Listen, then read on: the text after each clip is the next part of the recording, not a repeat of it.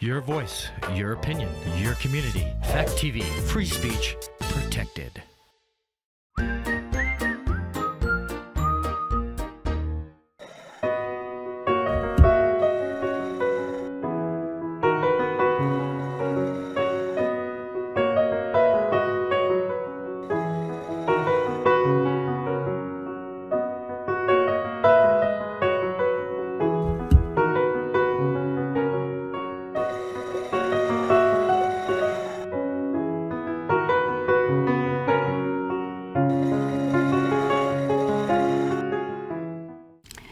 Hello, and welcome to The Art of Being Human. This is a show that's going to be based on some psychology, some counseling. It's an effort to help you to understand yourself, because the more you understand yourself, the better off you're going to be health-wise. Now, you have to remember that for every behavior that you show, there is a payback and there is a cause of it. If you are behaving in a certain way, there's a way that for you to express your behavior. If you behave in a certain way, there's a reason for that. You may not understand the reason, but there is a reason. And there's also a payback. People will behave in a certain way because they expect a certain result. And if they don't get that result, then they get angry, they get depressed, and so forth. So I'm going to start off with a story. And this story actually happened to me, and it'll give you an idea of what behavior can become, how aberrant it can become. So a few years ago, I had a serious back injury, and I saw a doctor 3 times a week. And I was the first one in his practice on the days that I had been scheduled. There was also a man who saw the doctor 3 times a week, but he's a lot older. He didn't have any pain. He was retired. He could do whatever he wanted to do with his time. I was put first because my pain level was very high.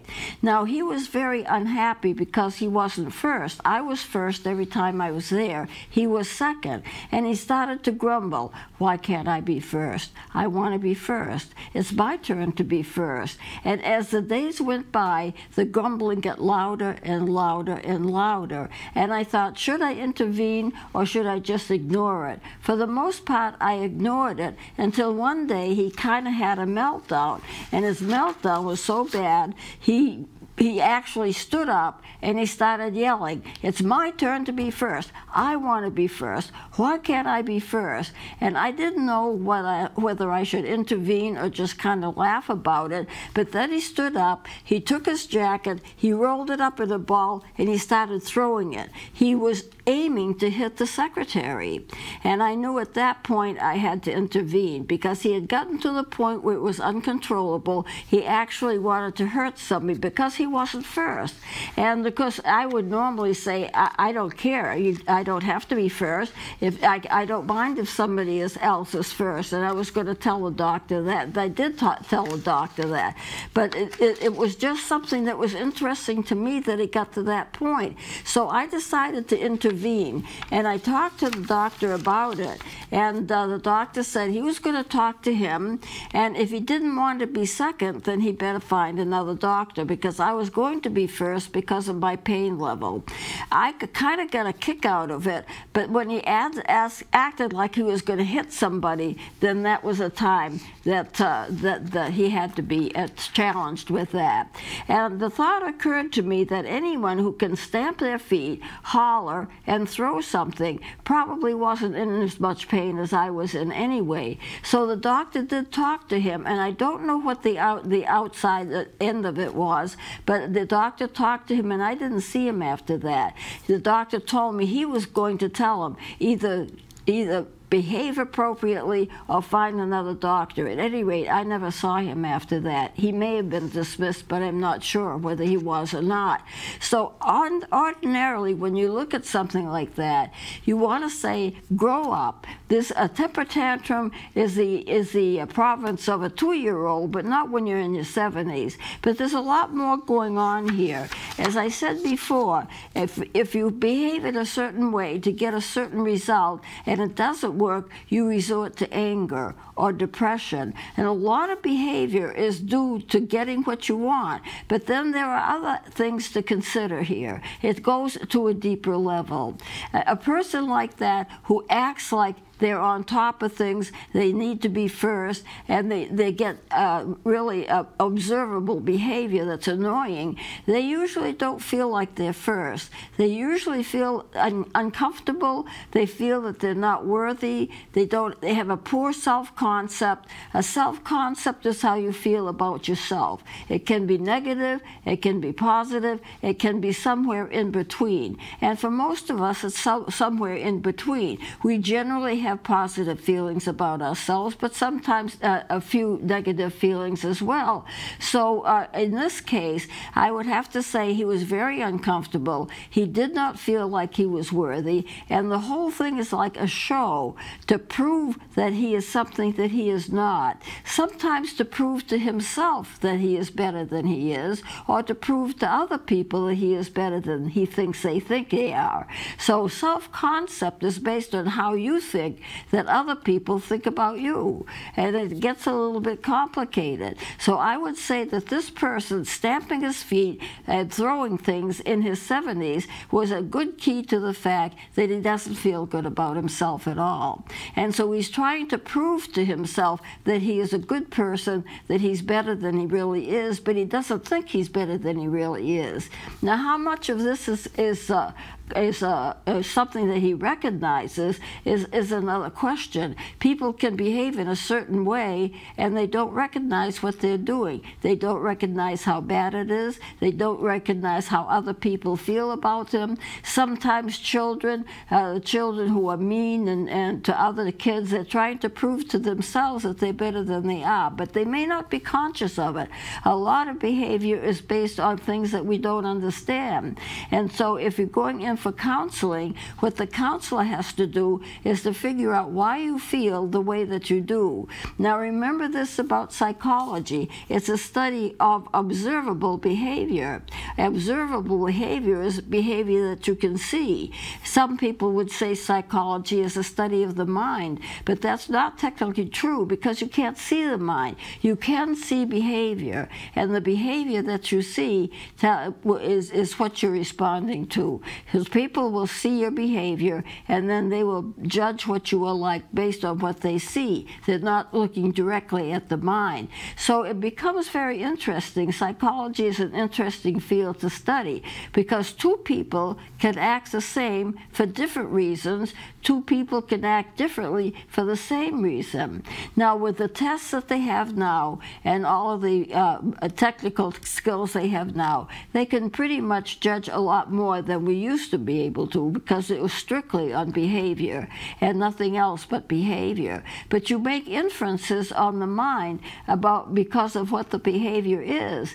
Now sometimes a person feels in a certain way but they don't express it. Your feelings will always be out there. They will always be expressed in some kind of way. They may be expressed inwardly or they may be expressed outwardly, but all kinds of emotions are going to be expressed. You do not have any kind of behavior that's not expressed in some kind of way. And you have to look at a situation of a 70-year-old man. He was in his 70s, I knew that. And he was stamping his feet like a 2-year-old having a temper tantrum, and you're tempted to say, grow up. You know, a 2-year-old can have a temper tantrum. We expect that. But we don't expect it of a person that's in their 70s. So why don't you grow up and get a life and just stop this behavior? But a lot of times the depth of the behavior is not recognized by the person who's doing it. And they don't understand why they're doing it to begin with. I have another example of a friend of mine. We were in graduate school together, and she could... And we had psychology classes together, and it was on the second floor of a building, and there was a long staircase going up to the second floor. And so we would walk up together, and I soon realized she could walk up the steps, but she couldn't come down the steps standing up. In order to come down the steps, she had to sit down on the steps and go down step by step by step, sitting on the step as she went. Going up was no problem. She just went up the stairs like everybody does, but she couldn't come down that way. And I thought that was odd, and she thought it was odd, but she didn't know why she was doing it. So we got to talking about that. As a grad student, we were using whatever we knew about psychology to see if we could figure this out. It wasn't so hard to figure it out. When she started talking to me about her background, her father was a pilot. And every time he took off, when she was little, every time he took off, he would circle a house and he would tip his wings. That was like, hello. That was like an acknowledgement. And so he did that all the time, and she got used to it. Unfortunately, one of those times, something happened to the plane and it crashed. He took it up, he circled around, he tipped his wings to acknowledge her, and then he couldn't get the plane straight again. It fell down. He crashed the plane and he died. So what we figured out is going up the stairs to her was going up like her father used to go up. Going down, there was a crash. She lost him. She lost her father because he died in the crash. So she can't go down directly. That's symbolic of her losing her dad. So she could go down only if she scooched down on her backside and just went down step by step by step by step. And that was the reason that she did that. It was symbolic. A lot of behavior is symbolic. Now we have to remember, though, how conscious are people of what they are doing. Sometimes they're conscious and sometimes they're not conscious. And they know they may be doing something, but they don't recognize why. And some people do recognize why, but a lot of people don't. And so a therapist's job would have to go in and they'd have to touch base like I did with her, and we figured out what it was. It was symbolic of losing her father. And eventually, of course, she was able to go down. There are some people who understand what's wrong with them. They understand what happened to them in the past, but they can't get over it. There's a different step. You understand what your feelings are. You understand why you did the way that you do. And then you have to step further in order to overcome that. So she could understand that she went down the steps on her, sitting down on the steps, but she did it because it was symbolic of losing her father. She never had figured that out. We figured that out together. So how would she get healed from that? Understanding what your behavior is just the first step toward healing. After that, you have to maybe have other types of therapy to get over it, and the knowledge itself may bring healing, but may not bring healing. But usually, at least, it's the first step toward healing. And then I imagine, I didn't do any more with her until she had discovered the origin of her problem, but I imagine if she went to a therapist, he would take her gradually, one step at a time. Say you have a person, if you're a counselor and you have a person who's afraid of bridges, you don't take them over a bridge, because that's too traumatic for them. They may have had a problem in the past, or maybe they were in an accident when they were going across the bridge. You don't directly confront that, but you first show them pictures of bridges. You kind of desensitize them. Then you take them to a bridge, but you don't take them over it. They're looking at the bridge. The bridge is right in front of them. And what are they doing? They're in a panic, because they know they're going to have to go at some point over a bridge, and they can't take it because of whatever happened to their past that caused them to be afraid of bridges to begin with. So you take them through, you get them to the point where they understand what the problem is, and then you start to desensitize them. You talk about it, you look at pictures of bridges, you go to a bridge and you sit and you look at the bridge. Cars are going back and forth, they're all right, that they can take the first step. We'll go a little bit on the bridge and take the first and get off it as quickly as we can. And after a period of time, we are able to take care of them, and they will be able to go across bridges. Any kind of a traumatic event is going to give you actually a change in the brain. Now, I say that you can't see directly what's going on in the mind, but you can certainly test the brain with different tests to find out how a person is reacting. They can also tell you how they're reacting. I'm afraid now. Why are you afraid? It's a bridge. I'm afraid of bridges. I can't go over a bridge. I'm too afraid. So the idea is to get them so it becomes a little familiar, less and less fear, and then they can take his first step. We'll go over a short bridge, just a real short bridge. It won't be long at all. And they get used to that. Then you take them to the next step. They can go a little bit in a longer bridge and go for a longer period of time on a bridge. Eventually, they should be able to desensitize, and they don't have to be fearful. So anytime that you have a fear, you have to consider there's a reason for the fear. You may or may not know what it is. You may, excuse me, feel afraid of dogs. Maybe you were bitten. You know, there are different degrees of fear, but you have to come to a knowledge, some kind of a knowledge of what went wrong to begin with, and then after that, you build on that and desensitize a little bit at a time. So this is the kind of thing that happens. The man who's stomping his feet on the ground, and it looks really silly because he's so old, you don't expect a 70-year-old to do that, and you're tempted to say, grow up. You know, but he's got problems that he hasn't been able to heal from, so the behavior continues. Now, of course, I realize some people behave in a certain way, and they don't have any kind of an illness. They're just doing it to get their own way. How do you stop that? You don't let them get their own way. If a child says you're going shopping, and they have to be ready in a half an hour, and they completely ignore you, and they go over the time limit a little more and a little more, and you're about to take and pull your hair out, you just don't let them go on the shopping trip.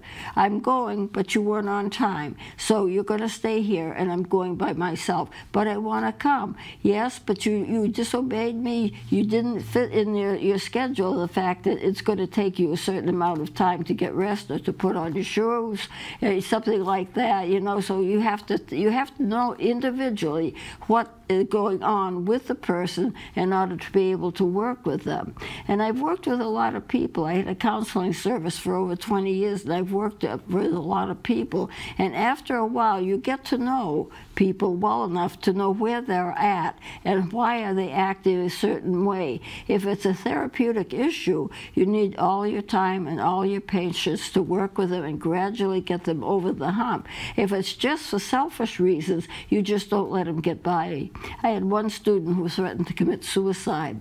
She did it every Friday night because she knew I'd be worried about her all weekend. And finally, I had a talk with her. I didn't think she was suicidal at all. Now, you can't just do this unless you know a person well enough to know that it's safe to do it.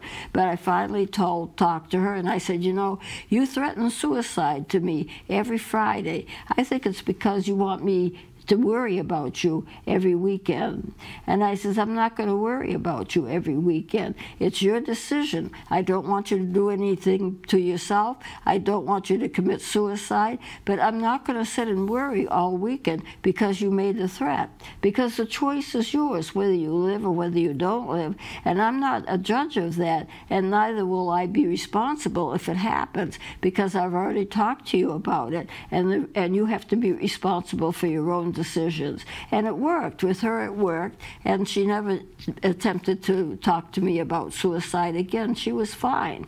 But of course, you really have to know a person before you can talk like that to them. And you wouldn't do it if you didn't know the person so thoroughly that you felt it was safe to do. So in terms of human behavior, remember, psychology is watching behavior and observable behavior, making inferences about a person based upon what they said, getting to know them and getting to understand them, so that if there is a deeper issue, you can work with them and expose that. And of course, you would be probably calling in other specialists too to help you out with it. But then on the other hand, you just need to remember, do not judge behavior, because two people can can act differently for the same reason, or people can act differently for the same reason, and it gets to be complicated, and you cannot be the judge. You have to really know what you're doing. But for a show like this, I'm just going to talk about things like this just to get you aware